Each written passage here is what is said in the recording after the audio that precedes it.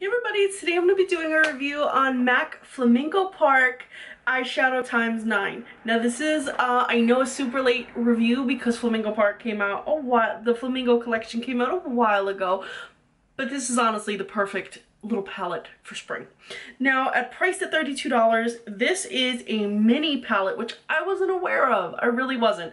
I thought that I was getting like full-sized shadows in here, and I was very shocked to find it to be the same size as their 6-pan, except for there's 9 shadows in here. But the plus side to that is that I have never I've never finished a 6-pan shadow.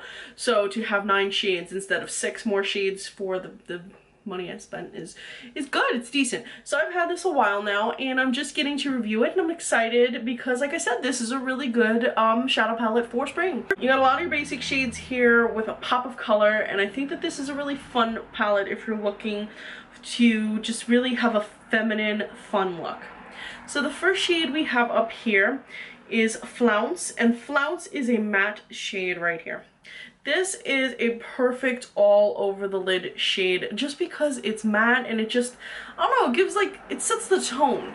And like I said, this palette is pretty feminine in just the look of it.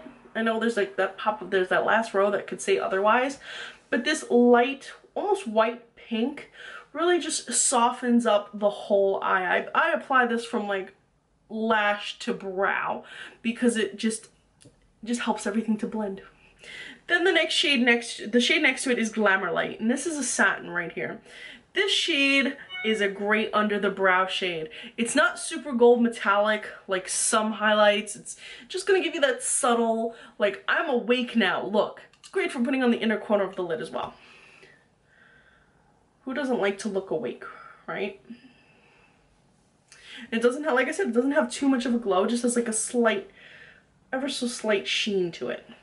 Then the green shade we have right here is Floridazzle, and this is a little bit misleading because dazzle usually means glitter when it comes to MAC, but this too is a satin.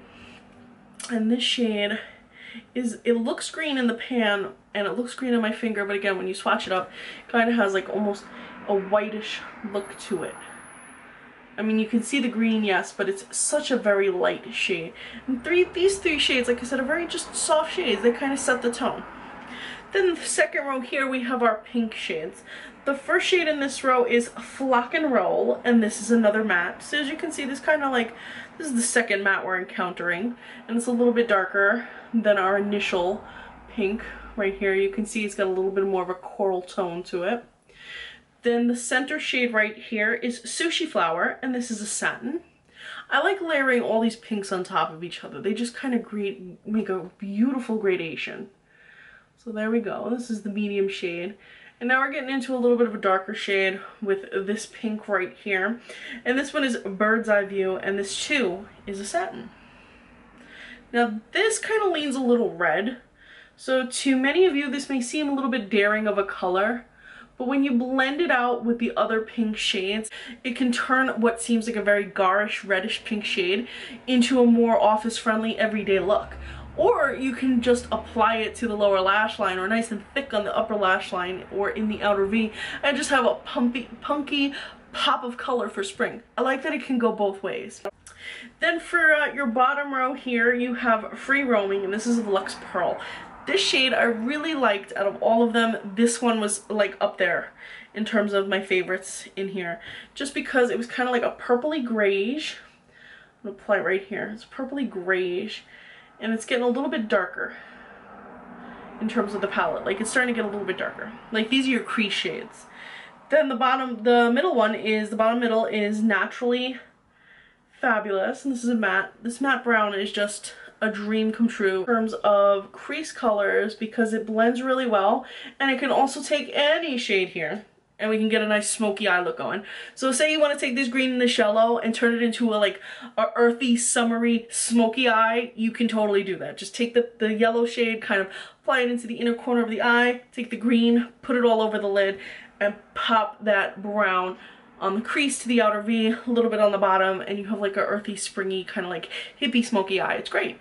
It's a nice way to branch out from like the silvers and the golds and just your basic everyday colors and have a different, you know, not so, you know, like a different look, something that you wouldn't find in like a naked palette. Then the last shade here is kind of why I picked it up, and this is Weirdly Wonderful, and this is a Velux finish. Now this has a slight shimmer in it, very, very, very slight, and I had to push my finger in it because otherwise you wouldn't see it.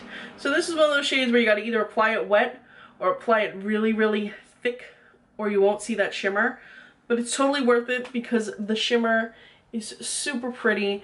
And even if I didn't just put my finger in there, this blends out really nice. As you can see, look, I've got a nice lighter blue, and it's all from what's on my finger. Or I can just keep it this dark color with a slight shimmer. So this is one of those colors where if you want to have it mixed in with the brown and the grays or even the pink, you can really downplay this blue and really minimalize it. Or you can take your angle brush, wetten it, make it wet, and do a nice pop of blue underneath your eye with the green and the gold and the brown. So did you guys pick up the Flamingo Park Shadow palette?